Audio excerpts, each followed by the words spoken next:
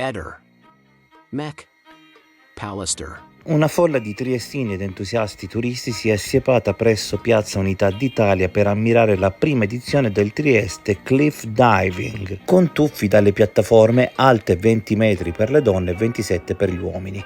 Gabriele Huber, campione della disciplina triestino, ha espresso grande orgoglio nel vedere un pubblico così numeroso ed entusiasta nella sua città, ringraziando anche l'impegno del comune di Trieste nell'organizzazione di questo evento. L'evento, che è iniziato ieri, si concluderà domani con un momento dedicato allo sport e alla disabilità alle ore 10 davanti a Piazza Unità d'Italia. E questo non sarà l'unico evento del genere, ce ne sarà un altro molto simile nei prossimi giorni e lì presenzierà uno dei personaggi a cui sicuramente siamo tutti più affezionati. Se volete fare un viaggio a Trieste il prossimo weekend, cioè l'ultimo del mese, il giorno 29 a Trieste, io le sto facendo da 20 anni praticamente, o poco meno, e le hanno smesse per il periodo Covid, hanno ripreso l'altro anno.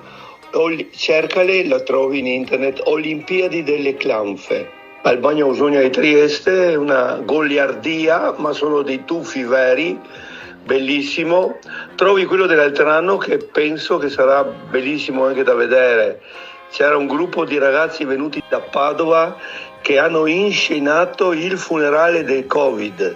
Guarda, è una cosa di uno spasso tremendo, veramente.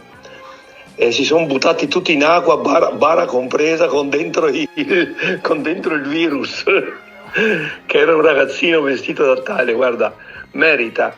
Sabato prossimo 29 e io la faccio come tutti gli anni e stavolta richiederò sulla maglietta Verità per Lilli scritto in inglese. Ci vediamo, dai, anche per parlare di quello là, perché la storia, temo, ne ho già pensato, io l'ho già ricamata in qualche maniera, per questo non voglio parlarne, perché non voglio neanche lontanamente che possa andarci di mezzo la mia famiglia. Io ho figli e fratello, nipoti eccetera, e non voglio implicarli, e temo veramente che l'affare sia molto molto più grosso di quello che si pensa e purtroppo molto più sporco.